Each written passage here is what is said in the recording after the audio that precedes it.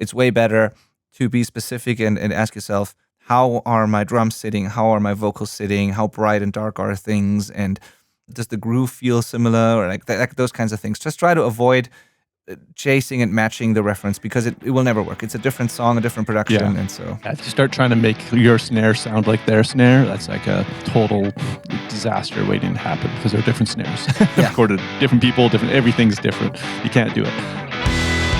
This is the Self-Recording Band Podcast, the show where we help you make exciting records on your own, wherever you are, DIY style. Let's go.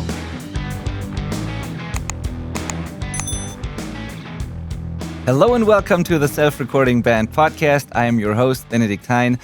If you're new to this show, thank you so much for listening and or watching on YouTube. If you're discovering this on YouTube, please know that there is a podcast version on Apple Podcasts and Spotify or wherever you enjoy podcasts as well. And if you discover it there, please know that there's a video version of this.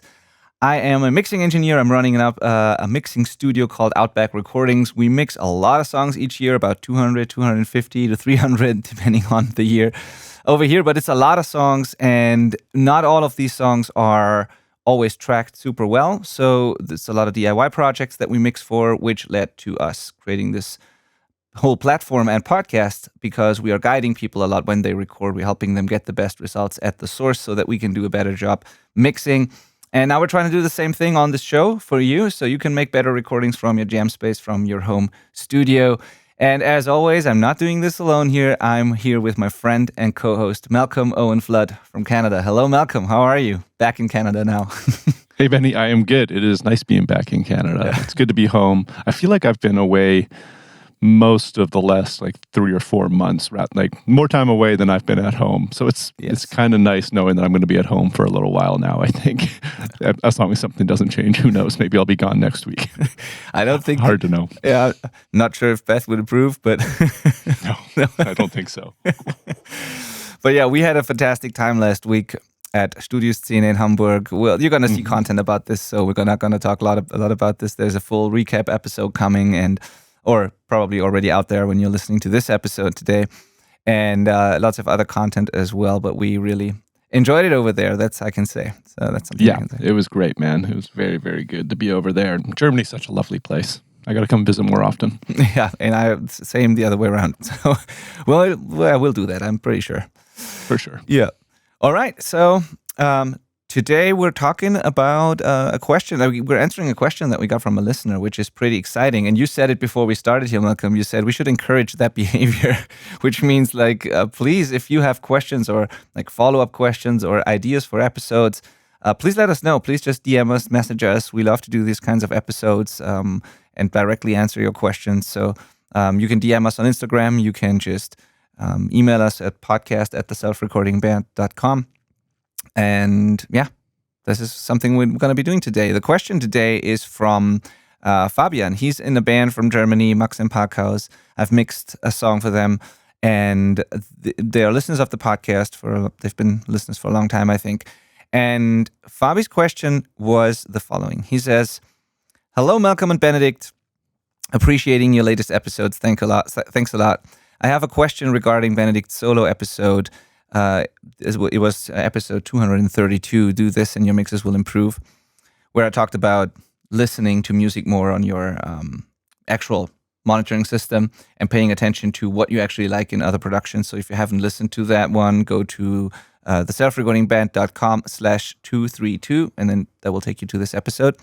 So he has a question about that episode. He says, how do I make sure I listen to my favorite records, from Spotify, for example, at the same level as my mixes? Because usually mixes are way quieter than mastered records. I really want to build this listening habit, so thanks a lot for a cue how I can solve this. It could be also a question for another episode. Who knows? Here we are. It is a question for another episode. Yes, it is. So thank you, Fabi, first of all, for this question. It's a great one because you're absolutely right. Mixes typically are quieter than mastered records. And then there's the whole loudness normalizing thing on Spotify and all kinds of other things. So also good that you realize that it isn't a good idea to listen at the same volume. And I'm also glad you took the advice and want to build this listening habit. So really well done so far. What's the first thing that comes to mind, Malcom, when you hear this question? Well, should we real quick just recap those couple things for people that maybe don't know what you were just talking about? So the first one being the habit of listening at the same volume. That's just so important, and it's one of those seems like audio 101 things, but so many people don't take it seriously enough. The idea being that if you hear something louder than something else, we just automatically assume it sounds better. It's just wildly true. Yes. If you do a comparison and one of them is louder, you're going to be like, that one sounds awesome. Unless it has to be so bad to not trick you. It's pretty shocking. Yeah. You can't trust your ears when it comes to loudness. No, absolutely. You're totally right. So what this episode was about that he's mentioning there is that I said so many people are listening, like we all are listening to music all the time, but most of us listen on earbuds or in the car or wherever, but not so much at our actual studio space. Like that's something I see a lot with the students that we're working with as well. And so I think it's absolutely necessary to really learn your monitoring environment, your headphones, your speakers, whatever you have, and to actually listen to music where you also mix, because otherwise you won't know what the target actually is and what things are supposed to sound like on there. So in this episode, I said, if you just take a week or two and make it try to get into the habit of just listening for half an hour or an hour or however long you have to a couple of songs on your system. Maybe do it when you're doing office work or emails or whatever in between, and just have something on in the background. But just get used to doing that more often. You will learn your monitoring way better, and over time you'll get to a point where you can just sit down, hit play, and immediately know what's off because you're so tuned in to your monitoring environment. It happens with me all the time. Like when I come here and I've the same exact volume all the time for my monitoring, everything's the same. I sit in the same spot, and if I hit play, I can immediately tell when there's too much low end, too much top end, something harsh or boxy or whatever. I can say if something's loud or quiet because my monitoring level is always the same. So if there's any changes, it is in the mix or the master or the playback system. And so over I get to the point where within a few seconds, I know exactly what's going on. And it's a very nice place to be because it gives you confidence. You can make decisions way quicker and better. You can be more intentional. And so that's what he's talking about here. So, and I think in this, I don't even know if just listen to this episode, but this is basically what it's about. So the problem obviously is now if you listen to other songs on Spotify or wherever you will listen to music, you're totally right, Fabian, there is a difference in volume. And how do you now compensate for that? And how do you properly compare that to the mixes you're just working on? Right. That's the question. So my big trick for this is going to shock people and date me maybe, but I actually buy my music when I want to do this. I purchase the song. Yes.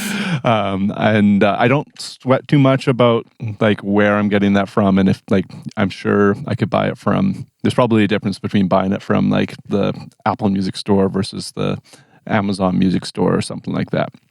I don't really, or Bandcamp, you can probably get different quality versions from that.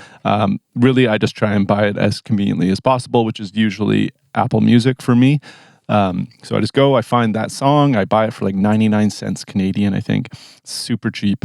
And now I actually own the file. That's kind of the easiest thing for me. So I can just drag that directly into my session and onto its own track.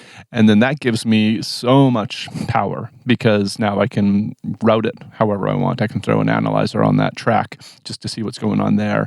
I can sidechain things from it. I can do whatever I want, just it's as if I recorded the file all of a sudden. So for me, that's my preferred way, but I don't think you actually have to do that. I think you could probably figure out a way, and I'm sure, Benny, you've got this. You could figure out a way just to route Spotify into your DAW, or using a tool that Benny and I both love called Audio Hijack. You could probably do this outside of your DAW as well. Yeah. So I'm with you with buying songs, and there's three main ways I do this. So one is, like you mentioned, Apple Music. It's very convenient and easy. Not the highest quality, but I think for referencing purposes and for what we are trying to say here, it's enough. It's definitely enough. It doesn't matter if there's, the top end resolution and whatever is not the same as with the original WAV file. But honestly, just to get in the ballpark and just to know how much low end and top end there is, how loud things are, it's totally enough for that. And so I do that all the time as well. I do love to get the high quality files though too, and Bandcamp is a great resource for that. You can download WAV files there. Sometimes bands give it away for free if it's like, smaller stuff. And if it's bigger things, you can also buy it for relatively cheap. Also directly support the bands because oftentimes they do it directly there, so more money for the bands, which is great. And then there is a website called HD Tracks where you can download high resolution master files from all kinds of releases and buy those. I haven't heard of that one. Yeah, that's pretty cool. Like all the things that would not be on Bandcamp, like major pop releases or like classic records, whatever. It's all on there. Not everything, but most of it. And you can just buy entire records or tracks from hdtracks.com, I think it is. Awesome. Yeah, I mean, it's worth mentioning that the reason I end up on Apple Music and not Bandcamp is because the bands aren't on Bandcamp. Yeah. Like I'm typically grabbing reference tracks from extremely famous songs. Yes. Not because they're famous, just because they were either specifically requested as a reference by the artist, or it's just something I grew up listening to, or just can't believe how good it sounds, And then that typically is at the top of the game. Yeah, absolutely. Agreed. That's one way to do it. I do use Spotify quite a bit though as well, and I don't, let's stick with the first one and tell people what I do actually then with these tracks and then move to the Spotify thing. So I do the same as you. I drag it into my session, or I do one of two things. Either I drag it into the session and then I have, this is a Cubase thing, but I'm not sure. I don't remember exactly which DAW you were using, Fabi. But in Cubase, with Control Room, you can set up a track, deactivate the output so it doesn't go anywhere. It's just muted basically when you play it. But then you can have a Q send to one of the Control Room outputs, and that Q send can then you have to look into that. But what it does is when you do that, you can, with just the click of one button, switch between that and your actual mix. And so you have basically two different playback paths, and you can just do a quick A/B without interruption. You can volume, level match, and you don't have to worry about muting tracks or whatever. It's just either you're on your mix or you're on the Q mix, and you can just switch back and forth. That's how I do it in Cubase. I would encourage anybody that's not familiar with what Control Room is inside of Cubase to go look into that, because it's a very cool feature, and if your DAW has something like that, you'll want to start using it. It's super awesome. But if you don't have that, Pro Tools does not, for example, you just essentially are dragging it into your session, routing it to your outputs, and making sure, very important, that you are not running through your mix bus processing or your master bus processing. Good call. Which is easy to forget. Especially because a lot of people have it default so that any new track automatically runs to their mix bus, right?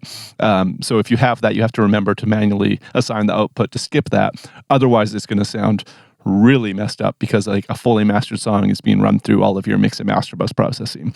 And you might think, oh, my mix sounds a lot better than this, but it's because you mangled the pro mix.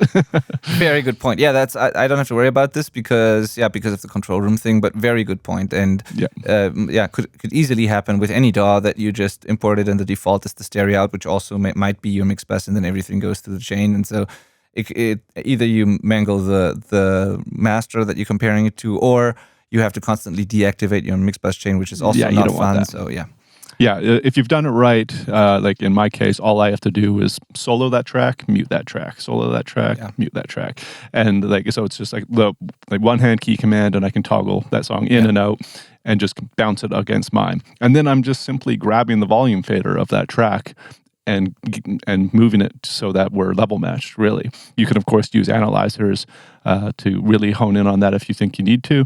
And then from there, plugins, you can keep a plugin up on your master fader to see the change of the graph of your analyzers and stuff like that as you toggle in and out. Lots of options for what you can do from there. Totally. Yeah, agreed. Now, another very elegant way to do it is if you get the plugin Metric AB, you can put that on your output after all of your mix bus processing, or on Control Room in Cubase or wherever. And so what Metric AB does, the cat. Malcom, if you don't see the YouTube video, if you're not on YouTube, Malcom, just let the cat out. It was a dog this time. Oh, the dog. The dog is all right. Sorry. Yeah, no worries. So Metric AB, you put it on your master out, or at the end of after your final chain, basically, or on the Control Room in Cubase. And it's a really nice plugin because it has an A and a B setting. That's why it's called Metric AB.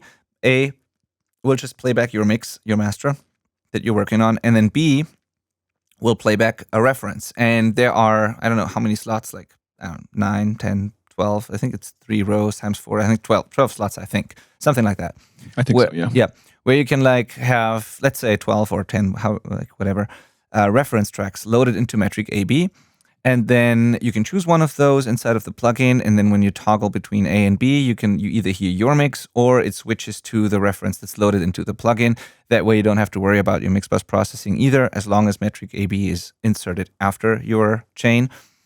And what's also cool about metric AB is that it solves the entire loudness thing because it listens to your mix and the reference. And there's a button that says loudness match, and you click it. It takes 2 seconds or so, and then it matches the loudness between your master and the master, or your mix and the master that you're listening to. So it will just turn down the reference as much as it needs, and then you'll have equal volume. And it uses like perceived loudness, LUFS, to do that, which is very accurate. So I would just go to the loudest part of both songs, let the plugin listen to it for a couple seconds, and adjust the loudness automatically. And then you can quickly go back and forth. Also, what it has is it has analyzers built into it, so you can actually compare the low end or the top end or whatever. Also visually, you can compare the loudness and all kinds of other data about your song and the reference. You can compare it not only by listening, but also by looking at it. A very nice plugin. I use it a lot, actually. Very nice way to do it, and you don't have to worry about the loudness thing at all anymore with this. Yeah, I do want to double down on that note to do it at like the loudest part of each song. If you forget that and you loudness match using like the quiet intro of one song and the banging chorus of another song, you're going to end up with this really weird. It's just not going to work out for you. Yes. So you got to get that right. Another thing I think worth mentioning is that I never reference tracks. I never really thought about this, but I never reference tracks against each other if my track isn't running through a mastering chain. And that's pretty much because even if you level match a mastered song against your unmastered song, even though they've been level matched, I don't think they're going to really translate the same. So I'm personally of the opinion that you should have some kind of mastering chain running on your own song so that it actually is loud to do an accurate comparison. I agree. If you either know what you're doing or if you found a good like automatic tool that kind of gets the job done for you. I've seen a lot of people unfortunately mess this up where they hit a limiter so hard that there's barely any transients anymore and like all kinds of other things, and then they think it's a problem with the mix when they actually just hit the limiter way too hard, for example. So yes, get a mastering chain going. Like I think if you can do that, it's absolutely worth it, and I do it all the time as well. And it doesn't have to be your final mastering, just something that gets it a little louder and sounds more finished in a way so you can easily compare. But also try to not like change the mix too much with it. Just get it loud in a transparent way if possible, because otherwise you'll hear the mastering processing more than your actual mix, and what you want to do is fix your mix. So probably just either use a transparent limiter and just without really doing anything else, just push into it as much as you can before it starts to fall apart, basically. That's the simplest way to do it. Or have something like Ozone or whatever that kind of does it automatically for you. But again, be careful that it doesn't too much to the frequency response and all of that, because if that happens, then you think your mix is flawed when maybe it's just the mastering plugin. So if you can do it properly, definitely do it. Be aware. I would say if you can't do it properly, you should probably be investing time in that skill set before you're worrying about referencing. You're probably that's that kind of a hole in your skill set that needs to be figured out, I would say. Because if you are referencing tracks, you are trying to get good at mixing. You're trying to get a really pro sounding mix out of your work. And that is part of it. Yeah, I think so. But an easy way to start is really just, I like the combination of a clipper and a limiter. So that typically that can get you really transparent results and can get things really loud really easily usually. So if you use a tool like, for example, the Kazrock K clip, I think it's called, it's free, amazing clipper, and then just chop off the peaks a couple of dBs and then add something like FabFilter Pro L or some good limiter afterwards. And even if you just push each of these 2 or 3 dBs, if the mix is really good, it should already get to a reasonable loudness. And yeah, just do just that. Don't worry about a full mastering chain, but just try to get it up to a certain loudness first and try mixing into a limiter or clipper or both like that, just so you also get that reaction from that and learn what happens when it's actually limited and all those things.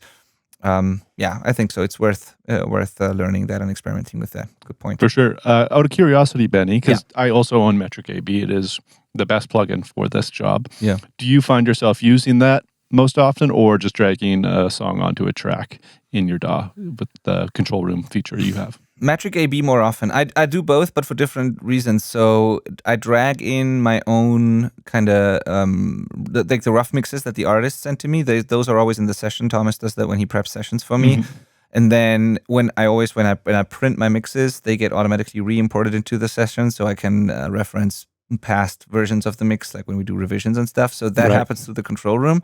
But referencing other tracks, I mainly use Metric AB, honestly. Yeah, I'm kind of the exact same, I would say. It's like the rough mix and another mix that I've done for that client, if I already have worked with them, are in the session. So I can just kind of compare and make sure we're in that same world. But as far as like pro mixes, they live in my Metric AB template. Yeah, absolutely agreed. Malcom, I keep wanting to ask you if your mic is actually plugged in, but if it was not, I wouldn't be able to hear you. So it's like, I was wondering if you were going to spot that. Yeah, I see it all the time. Like if you're on YouTube, you know what I'm talking about. Like that's 2 or 3 times now. I was like, is your mic plugged in? But yeah, I can hear you, so it probably is. We are. Most people won't pick it up, but there is a weird little flutter sound happening on my audio chain. And Benny and I have just been too damn busy traveling around the world to fix it. I just swapped it to XLR to try that. It wasn't the solution, unfortunately. All right. Totally. Yeah. So that's the part of like referencing in the DAW. The other thing that you brought up with audio hijack is a very important part of my workflow as well, though, especially for listening to music in the background and not where I don't want to open up a session for that, or just listening to playlists, cycling through different songs, checking out things, just listening like a fan, basically, but on my system. So I'm on a Mac, and I don't know if I think Audio Hijack is Mac only, right? It only works in the Mac system. Yeah. Well, actually, I have no idea, but pretty sure. Things like that is like the whole Mac OS system is way easier to use for that. Anyway, so there is a tool called Audio Hijack if you're on a Mac. It's an app, the standalone app, not too expensive. I don't remember what it costs, but it's not crazy. And what it does is it is a standalone plugin host. So that's one thing. You can just load up plugins without having to open up your DAW. And it lets you route basically every app into other apps, and it lets you record things. And so actually, let me just do what I did last time and share my screen really quickly. Sure thing. Good idea. So screen share. Can you see Audio Hijack now? Yes, I got you. Okay, so this is what the app looks like, and this looks pretty chaotic now, but what you see here, let's get rid of this one down here. So you can add blocks like these little things here. And so in my case here, I have an input device, which is the mic from my little digital desk here that I use for podcasting. I could turn that on, and then I would have the source audio, like my mic from what I'm talking to right now. It's turned off right now. I have an application here. This is my DDP creator where you can make DDP masters for CD manufacturing. I have a system audio, which is currently turned on, but the whole thing is not running. Then I have a block for Cubase. Then I could have a block for Spotify. So I could just drag a new application over here and then pick Spotify down like here, for example. So now I've added Spotify.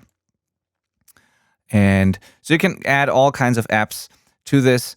And then you can route this to whatever comes after it. So in my case, there's a little recorder. I used to do our backup recordings here from my mic to this. Then it goes into listen to in case I have to stream it to someone else. It's a plugin that lets you stream audio to someone else in the browser. There's Chrome as an application. There's another little recorder here, which I don't know why that is. Then there's a meter here. And this is the interesting part. So when I do referencing, back to the topic, I will turn on Spotify. I will leave the recorder off and all that. But I will have, for example, a little level meter here that shows me peak and RMS levels if I want that, just because I'm used to that meter. I have a Pro Q instance here of a EQ plugin. I don't know, can you see that when I open this actually? I can't see the plugins, unfortunately. No, they're not popping up. Okay, they're not popping up. So yeah, and it's because of the screen share. But if I open this, if I click this, the actual plugin opens up and I can see the actual analyzer here. I could even EQ things and try things out, use filters or whatever, and process the audio if I wanted to. Then here's an instead of Metric AB. I don't remember why I have this here, but at some point I used it. This is my hardware meter that sits on my desk. where I can insert I/O plugin and then have my little hardware metering screen here. Then I have Sonarworks, my room correction running here. So I hear this is an essential part for me because when I mix, I always have my room correction on, and I want to have the exact same listening experience when I listen to Spotify so that I learn my system really well. If I don't do that, I constantly switch between two different monitoring systems, basically. So this is always on with my room correction on it. And then it goes out to my output. And so what this does is if I click run now, if I turn on Spotify, the audio from Spotify will run through that chain, through metering plugins, EQs, whatever I want, through my room correction to my output. And then I can just close it and forget about it. It just runs in the background. And that way I can listen to things, see them on the meters in here. And when it comes to level matching, I just turn off loudness normalization in Spotify. That's turned off for me anyways. I like to hear the differences in the masters and how loud they are. It doesn't bother me that things are not the same volume.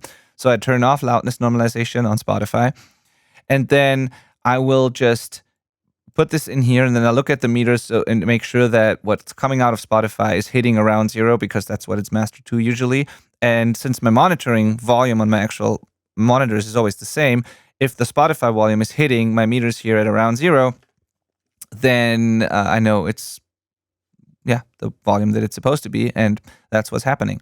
And then I have a little dim switch on my monitor controller. If I want to listen quieter, I can hit that. So these are my two basic settings for monitoring volume. But with this plugin, it's very, or like with this tool, it looks inconvenient, but honestly, it's just, I have different presets in here also, and this just popped up when I opened it, but it's usually just I open it, select my preset, hit run, close it, forget about it, and then I just listen to Spotify and enjoy music in the background. And it makes sure that it's the same volume that I'm used to. It makes sure that my room correction is on. And what I really love to do is like use the EQs and the analyzer here to like figure out certain things. So also I use this a lot when I give feedback to our students in the coaching program. When they upload stuff for reviews, for mixed reviews, I will do the same thing. I'll run it through Audio Hijack. My whole system audio runs through that. And then I can pull up an EQ, isolate certain frequencies, maybe do some screenshots for them, like how I would tweak things or what I've noticed. I do the same with reference tracks. I will just isolate the low end real quick, or if I feel like there's a difference to my mix, I try to find that frequency and play around. It's just playing around with music a lot is really helpful to me. It just teaches me a lot about the sonics of my reference tracks. And yeah, so this is what I do. And it's always a combination of listening and also the visual aspect of it for me. Yeah, I have the same program, Audio Hijack. I use it. I love it. There's a reason we mentioned it last is because most people probably don't need to go down this road. But if you are going down this road of needing to route audio around your computer and be able to use things outside of your DAW, like plugins, you'll know. You'll know if you're one of those people that either has this weird workflow you need to achieve or has the type of brain that just needs to achieve this. Then you can grab Audio Hijack. But otherwise, you could, like I only got it a year ago, I think, and I love it. But I got by, for most of my career without it. Yeah. So, take that as you will. Absolutely. And like if you are creating any kind of content, whatever, which a lot of people do these days, it's also really useful because, again, they can easily record audio from anywhere and then sync it up with your video. And it's like a nice workflow tool also for content creators if you're interested in that. It is. It's a very awesome program. Yes, totally. And it replaced the system-wide Sonarworks integration because I hate that. I use Sonarworks and I love it, but I hate the system-wide thing. It just, for whatever reason, I don't like it. It doesn't work for me. It's straight up glitchy. Yeah, totally. I've got a whole video on my YouTube channel about that. Yeah, and using Audio Hijack to replace it. It's great. Yeah. Oh, yeah. You do? I didn't know that. But yeah, I do. I use Audio Hijack for that all the time. I prefer to just run the plugin in Audio Hijack instead of doing the system-wide. Yeah, me too. It's great. Yeah. So there's that. And then I think even just turning off the volume normalization in Spotify helps a lot because I don't mind I actually like that. When I listen, even in the car, when I listen to a playlist, I want to know, hey, this is actually very loud the way they master it versus this one's very dynamic, quiet master. Mm-hmm. And that's interesting to me. I want to learn about these things. I actually don't want things to be exactly the same. And I don't mind using my volume knob. So I just turn that off. Also, when I have my own releases in a playlist, and like I have certain playlists where my favorite songs are in, but also songs that I've mixed, and then I like to hear what they sound like when they come up after another master and how loud they feel or how loud they actually are. So I just turn that off. That helps a lot. For sure. Yeah, that's a great move. Start paying it, like, it's just something your ears should start getting used to, is appreciating the differences in volumes between things and learning from it. There is a lot of valuable intel there. You might be surprised by the different volumes of tracks. So you just have to manually go turn off that setting in Spotify, though, for example. Other music players, no idea. Yeah. You'll have to research that. Yeah. Won't be hard to find something, though. I feel like the last thing we should cover here is just like how, like what we're looking for when we're volume matching something. And Good honestly, point. you can totally do this by ear, just by grabbing a fader and turning something down to get the level together and just, toggle in and out. I do that all the time. Metric AB has the auto level feature, which is fantastic, and there are, I'm sure, other plugins that do that too. I think Isotope Ozone can do it. Pretty sure it has a gain match, but I'm not positive. I can't remember. But ultimately, LUFS is kind of like your biggest friend here, which is like a perceived volume measurement, and we don't really need to get deep on that.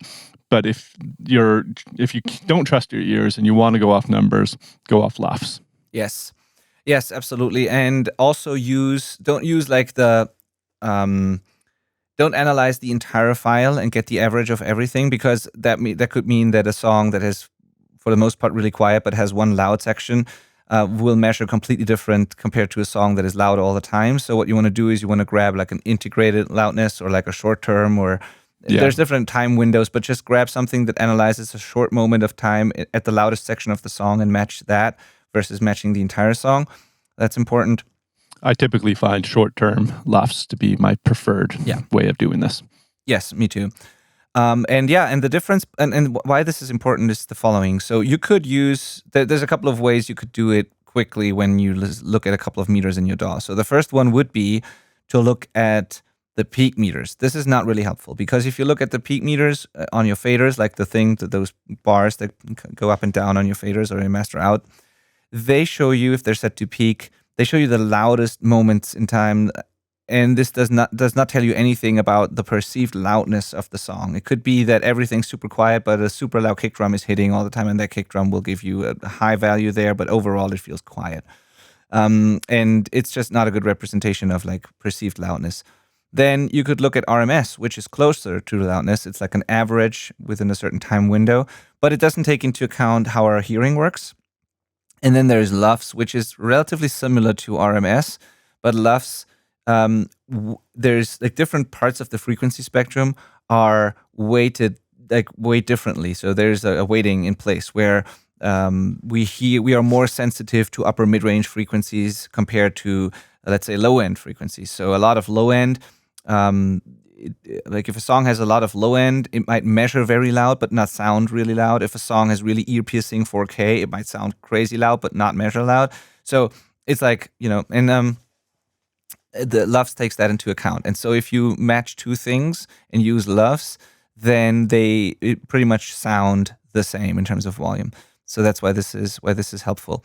But honestly, sometimes like it's a good starting point to just match it and make sure it sounds about the same in terms of loudness. But sometimes it might not even be the goal. So for me, for example, sometimes it's helpful to match a certain element of the mixes. So maybe I want to make sure that when I switch back and forth, that my kick and snare are hitting the same and that they feel the same, or that the vocal level is the same. And then I listen to, okay, like my vocals are about the same as this reference, or my kick and snare are about the same. Then in comparison to that, how does the rest sound? Do my guitars feel really quiet now compared to the guitars in the reference? Is something else off? So sometimes I'm matching a certain specific, the volume of a certain specific thing rather than the entire mix. I think that's a very good thing to add on to this episode. It's the foundation that you're measuring against can vary song to song for sure. A very like boom ka kind of song with like just a vocal on it. Like that kick and snare are kind of like where we need to measure against, because that is like the entire movement of the song. Yeah. And then you learn so much from where they sat the vocal on that. It's a kind of a random example, but totally. You're right. You have to you still always have to use your ears, of course. Yeah, absolutely. And this is also, even when you level match with LUFS or just by ear, then it's also how you use it is important. So it's one thing to get it to the same volume and then just check back and forth what you like most, but being strategic, and this goes back to some other episodes that we made on this topic, but I'm very, I don't know, like selective and strategic when it comes to referencing. So I will pay attention to a few things rather than the entire song, because if I listen just to the entire song and reference that, then I'm likely to chase the reference, and I don't want that. So it's of course I can do a quick check and be like, do I like this more or less, or is it like sounding as professional or whatever? But it's not really helpful because it's a different song, different production. It's hard to compare this, and I also don't want to really match a different mix anyways. But what I try to do is listen for specific things. Like, for example, do my kick and snare hit as hard? Is my vocal level in the ballpark compared to the references? Is it way too quiet or muffled or whatever? Is it overall like is the mid range smooth or really ear piercing? Is it overly bright? Things like that, like specific things. And also just how does it feel in terms of the groove and the relation of things. But like not so much the entire mix. I don't think it's really helpful to be like, does it sound as good as the reference? Is not a really helpful question to ask. It's way better to be specific and ask yourself, how are my drums sitting? How are my vocals sitting? How bright and dark are things? And does it feel does the groove feel similar, or like those kinds of things? Just try to avoid chasing and matching the reference, because it will never work. It's a different song, a different production, and so Yeah, if you start trying to make your snare sound like their snare, that's like a total disaster waiting to happen, because they're different snares. According to different people, everything's different. You can't do it. So don't try and do that kind of thing. You're not trying to make your mix their mix. You're just trying to make your mix awesome. Yes. And often these comparisons will immediately highlight something that isn't awesome or is awesome about your mix. You also might learn stuff about their mix that you don't like. Yeah. You might be like, oh, this is really distorted. I'm glad mine doesn't sound like that. You know, I just didn't notice it before, but now you do. The most common thing for me is like, oh, my mix is overall much brighter than these like couple reference mixes I have. I went too far on that. I made it too shiny. So dialing that back's a common one for me. Yes, absolutely. It will help you avoid the most problematic things, I'd say. So if you're really off in some area, the referencing is going to be super helpful. Like you said, if whatever part of your mix is like way off, way too much low end, way too much top end, way too aggressive or whatever, those things, you can catch those easily. Even if you have tired ears, the reference will help you get back on track, and then you can dial that in a little bit just to be in the ballpark. But then the details, it's your song. There are no rules, and just make sure it serves your song. Yeah. I want to say, though, sometimes it can be a great exercise to try and match a mix. So not when you're actually mixing a song for a release, but I just had this last week. It was like before Studio Scene, the week before that. Very fascinating experience. Haven't done it in a while. A band that I like, one of our coaching students, David, he's in the band, and they covered a Pearl Jam song. A very amazing song. Given to Fly, and they covered that, and the goal was to be as close as possible to the original. And I guided them through the tracking process and helped them get the right source tones, which was already a fun process. Then some things were just different because they realized they couldn't do certain things exactly like that, but that was fine. Then we said, okay, let's still try to get close, but accept the fact that it's not going to be the same. But then for my mix, it was still kind of, the goal was still to be as close as possible. And I found that to be a pretty quite the challenge, because it's an amazing record, an amazing song, an amazing mix. But then I did it, and I got surprisingly close. Like, I'm really proud of that, and I hope they will release it or whatever at some point. Or I don't know if it's actually going to be a release or just for them getting shows, or I'm not sure about this. But it is actually, I'm like, they were super happy with the mix, and I am pretty surprised about how close I got. And the thing was, when I did this, it was such a good exercise, because I was trying to, of course, get the sounds of that reference mix, and I had to do certain things that I usually don't do in my mixes. Right. I had to figure out stuff that I usually don't do, which then taught me new approaches and things that I can now actually use in my next mixes, which was a very helpful process. So there was, for example, a snare sound where I was like, I don't know, like, it sounds great, but I would never make a snare that mid-rangey. And then I had to find a way to make it that mid-rangey without it being boxy. And I used filters way more aggressive than I usually do. I had to learn that the default sort of filters in Cubase or even the Pro Q filters just didn't do it for me. But the SSL filters have a different curve, and they did exactly that.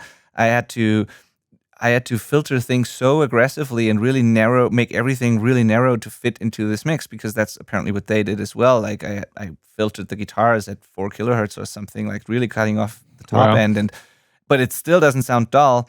And like there were a couple of interesting, aha moments in there where I was like, maybe I should do that at some time, like regularly, just for the exercise and to learn. Yeah, you're going to learn so much. I love that. And that actually brings up, okay, we got a bonus referencing tip here. And I would say this applies much more it's almost referencing for engineering more than it is and production than it is for mixing. But Moises AI is the tool that I think we've mentioned way back on here. Benny and I actually found out about it together, I think, when we were in Hamburg a year ago. If I recall, that's when we heard about it from Gilles Zimmerman, I think, right? Yeah. And it'll let you put in a reference track and then split it into stems. And it does like a pretty remarkably good job at this. But that means that you can now just solo the drums. You can just solo the bass. You can solo the vocals of these songs and then listen to what's going on there. You'll learn a ton through that, I think. Yeah. And you can see how it all kind of fits together as well. I think that'd be like a really cool thing in that kind of Pearl Jam example, just being like, okay, like how much room like versus close mics did they go with on this? You can really hone in on that if you only hear the drums, right? Yeah. You're going to learn about how they tuned it, it's just a closer look. It's like a magnified look at a specific element of a song. Yeah, absolutely. It's a great idea. I actually didn't even think about this when I made this mix, but that would have made things easier in some ways. Yeah, totally. Totally, yeah. Either way, great exercise to do. And by the way, if you're wondering why I'm mixing a song for the coaching students, so what we do is, we mentioned this in a couple of episodes now, every student in the syndicate, if they stay for at least 6 months, they get a mix fully done by me, a professional mix of one of their songs, and David chose that song as his mix. And then when it's mixed, they get a full mix walkthrough. So I just did one today again with Gareth from Ireland, where we sit down for today was 3 hours or so, and I open up the mixing session, and I walk them through everything that I've done to their mix and answer all of their questions and show the whole entire process, which teaches them a lot about their source tracks, and then obviously how I mix their song. It gives them a blueprint for the rest of the record if they're doing an album. So, and the David song was part of that too. So we're going to do the mix walkthrough of that Pearl Jam song really soon as well. And everybody who is in the coaching program gets to see these walkthroughs. So they're always recorded, and we have a library of those available for everyone. And in there, I think we are at 13 or 14 full mix walkthroughs in there right now, which means you get when you join that, you get 13, 14 full mixing courses of songs that we've done with the students here. So very valuable add-on to the already great one-on-one coaching program that we have. So if you're interested in seeing those walkthroughs, doing one yourself, and getting the one-on-one guidance and feedback and all that we do in the Self-Recording Syndicate, I highly recommend applying for that. And you do that by going to theselfrecordingband.com and just hit the apply button, fill out a little questionnaire, and then we jump on a free call, talk about whether or not this is a great fit for you, and then I'll see you inside if it is a great fit. Awesome. Do it. Also, I didn't know we had a syndicate member in Ireland. I would have totally wanted to hang out with them and have a pint when I was there. We have 3, actually. We got Gareth. 3? Gareth, Fergal, and Amy, all 3 from Ireland, yeah.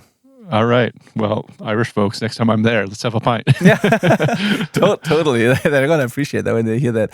Yeah, they're all great. Different genres, different styles, but all great. Yeah, cool. Gareth and his band, we did the mix walkthrough today. When I mixed that song for them, that was a really dirty, kind of aggressive, almost like a little bit of a stoner rock kind of thing. Very dirty, very aggressive. And I mixed that song, and I left the studio, and then later that day I'd put in my earbuds and I checked it real quick on the phone, and then I was like, oh shit, it's distorting like crazy. Maybe I went a little far there, and I expected them to say that, but then the feedback came in, and the feedback was just one sentence, which basically was 2 words. The feedback was glorious girth. that was a good thing. Yeah, love it. Awesome. So yeah, they loved it, and we did the mix walkthrough for that today, and it's a lot of fun to do doing these. Yeah, for sure. Great. So yeah, go ahead. I think that kind of sums up in good detail how you can go about referencing mixes, right? I think so, yeah. And again, the most important thing is not just, I want to say this again, not just measuring or like matching the volume of the reference against your mix, but also keeping your listening volume consistent at the spot where you're listening to, because that will really help you be tuned in to your monitoring system. If you change volumes all the time, it's going to be very hard for you to make good decisions and learn the system, because again, our ears are not, the way we hear things, it's not linear. It's at certain different like volumes, we hear things differently. And so if you listen very quietly, for example, you can hear top end details relatively well, and I sometimes do that, so I'm not getting fatigued, and I can make out some details in the top end. If you listen really loud, then you might feel the low end better. This can also be cool sometimes, but your ears are gonna do this kind of, I don't know what it actually is, but it's almost like your body's trying to protect you from like the harsh frequencies, where pretty quickly you get fatigued, you don't hear the harshness anymore, you don't hear the top end as detailed, and it's going to be hard to make decisions there. And also how loud the different frequencies are in relation to each other changes with the volume changes. So long story short, find a good, decent listening volume that you can sustain for a long time without fatigue. That's going to be your main listening volume. It's different for everybody, but find one that's reasonable. You can do some research. Some people say about 80 dBs, but then again, it depends on which kind of weighting. Doesn't really matter as much. Find a volume that works for you, that you can listen to comfortably for long periods of time. And then maybe have a second setting for like quieter listening with a dim button, and maybe crank it every once in a while to just feel the low end, but keep it consistent for the most part. And then do all the things we mentioned on this episode about matching references to your mix. But if you switch, if you reach for the volume knob all the time and you switch between different listening volumes, all the level matching won't be as important, or won't be as useful, because you're constantly readjusting, and how things sound will constantly change. Yep. A whisper is only quiet if you don't turn the volume up. Yeah. If I start doing this and you crank the volume, it's going to be just as loud. Yep, absolutely. It's probably reality. Yeah, and people make that mistake all the time. Absolutely. And it's probably going to sound loud on this episode, Malcolm, because of the glorious compression that Manel is going to add to this. You mean the glorious girth? Yeah, totally. Okay, we forgot one thing, super important. You are going to quickly learn how important it is to choose accurate and reasonable reference tracks using as your song. If you choose something with a totally different arrangement, just totally different genre, you're going to not get a lot of value out of it. So if it is a song with like a really driving kick, like rhythm pattern, it's like very foundational to the song. It's like the drums and the bass grooving fast. You should try and find a reference that kind of does that, because there's going to be a lot of movement, the decay time stuff, like all of that density. That's going to help you inform a decision on a song that's like that. If you get something that doesn't have drums, then the low end couldn't be less relevant, right? Yes, absolutely. Completely agree. Picking good references, or the right references, key skill. Yeah. It doesn't matter if it's a good song if it's totally different. Yes, exactly. Yeah, I think we have more episodes on this. I think we have one on like picking the right reference tracks and our approaches to that. I'm going to link to all of that in the show notes and the description below, so you're going to be able to find this. And Fabian, I hope this was helpful and helps you with the whole level matching thing. Great question, because I totally forgot to talk about it on that episode. So thank you for asking this. Yeah, for sure. And other listeners, please do feel free to send us your own questions, because that makes it really easy for us to have podcast ideas for topics. Absolutely. And now finally, before we wrap this up, please, if you could help us let the show grow and reach more people like you, we're not asking for this often enough. Please go to Apple Podcasts, and because that's the place where it's most helpful, and leave a rating and review there. That would mean a lot to us, and it would mean that we could attract better guests for the show, because the more reviews the show has and the better the reviews are, the more likely people are to come on the show actually and agree to that. So if you can do that, it will help us get better guests. It will help us reach more people like you, and we also love to read your feedback there. So thank you for doing that. 100%. And little teaser on guests, we did meet some fun people at Studio Zeni that we'll probably have on the podcast pretty soon, I bet. 100%, yeah. There's 3 coming up with, maybe they're even out when this episode airs. So if so, go back and check those. If not, look forward to these. There's 3 coming out with Warren Hewart, one with Moritz Enders, like one with Warren Hewart, one with Moritz Enders, one with Julia Borelli, and then we met other people there. So it's going to be, cool More on the way, episodes for sure. coming. Yeah. Yeah. All right. Thank you so much for listening. Talk to you next week. Bye-bye. Adios. Bye.